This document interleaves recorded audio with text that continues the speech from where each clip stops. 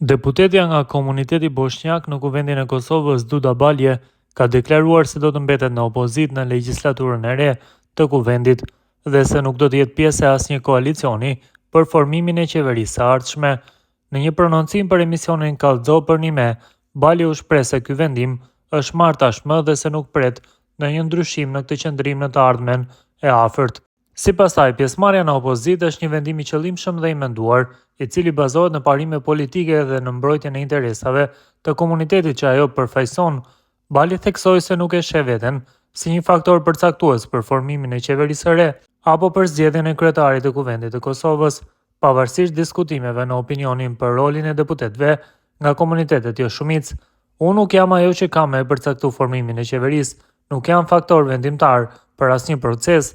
Lëvizja vetëvendosje ka votat e mjaftueshme dhe jam e bindur që do ta gjej zgjidhjen edhe pa mbështetjen time, u shpreh Balje gjatë intervistës. Ajo shtoi se pozicionimi i saj në opozit nuk do të thotë se do të jetë kundër çdo iniciative të qeverisë, por përkundrazi do të jetë një zë kritik për të siguruar që vendimet që merren në kuvend të jenë në përputhje me interesat e qytetarëve dhe veçanërisht të komuniteteve pakicë. Balje ka qenë e qartë në qëndrimet e saj edhe në të kaluarën politike, duke theksuar se vendimet e saj politike nuk varen nga pazaret e momentit, por nga prioritetet dhe kërkesat që ka komuniteti bosnjak në Kosovë.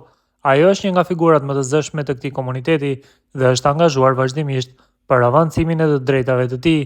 Në intervistën e saj, Balje tha se vendimi për të qenë në opozit nuk ka ardhur rastësisht. Ajo nënvizoi se komuniteti bosnjak nuk është përfaqësuar në mënyrën e duhur në institucione shtetërore dhe se qeveritë e mëparshme kanë dështuar të zbatojnë kërkesat e komunitetit të saj, si në fushën e arsimit, shëndetësisë, punësimit dhe përfaqësimit në administratë. Ne kemi kërkesa konkrete që kanë të bëjnë me përmirësimin e jetës së komunitetit tonë. Derisa këto kërkesa nuk trajtohen me seriozitet, ne nuk mund të jemi pjesë e një qeverie që i injoron ato, tha ajo. Duda Balje gjatë kësaj kohe ka pasur disa takime me përfaqësues të partive politike pas zgjedhjeve, përfshirë edhe lëvizjen vetëvendosje. Ajo ka deklaruar publikisht se takimet kanë qenë formale dhe pjesë e diskutimeve për ndarjen e përgjegjësive institucionale, por se nuk është bërë ndonjë ofertë konkrete për përfshirjen e saj në qeveri. Ka pasur takime, ka pasur diskutime, por asnjë rapal nuk ka ofruar ndonjë plan të qartë që do ta përmirësonte realisht jetën e komunitetit tim. Ne nuk mund të bëhemi pjesë e një qeverie vetëm për numrat, u shpreh Balje. Deputetja bosnjake ka paralajmëruar se në të ardhmen votat e saj do të jenë gjithmonë të kushtëzuara me përmbushjen e kërkesave të komunitetit që përfaqëson.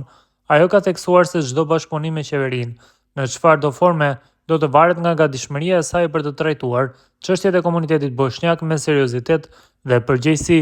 Ndër kërkesat që ka përmendur Balje janë themelimi i komunës së Reçanit, përfaqësimi i drejtë i bosnjakëve në institucionet publike, garantimi i të drejtave në arsim në gjuhën anëtare, si dhe përfshirja e bosnjakëve në vendimarrjen qendrore dhe lokale. Jam e hapur për bashkëpunim nëse vlerësohet komuniteti që unë përfaqësoj, por nuk do të bëj kompromise që bien ndesh me të drejtat e njerëzve të mi, deklaroi Balje. Duda Balje vazhdon të mbajë një linjë të qartë dhe parimore në jetën politike të Kosovës.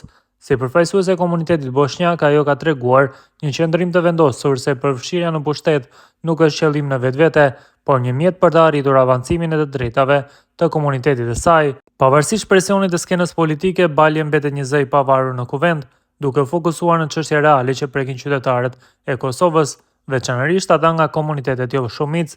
Roli i saj në opozit pritet të jetë aktiv dhe kritik, në përputhje me angazhimet e saj të deritanishme për drejtësi sociale, barazi dhe përfaqësim të drejtë në institucionet e shtetit. Duda Balje në kështu i ndan rrugët me kryeministrin Albin Kurti, edhe pse konfirmon se i është ofruar një ministri.